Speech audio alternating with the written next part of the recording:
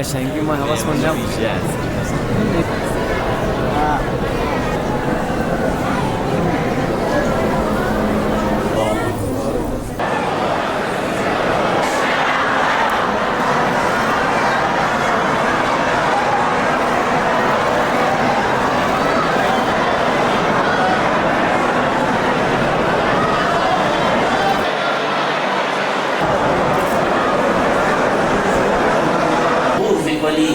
به ما رو درست ببینن حقیقی هیچ داشتن اغلبشون همچین در قبالش باید اگر ما امروز وای میستادن تو کوچه‌های مدینه میستادن و از مادر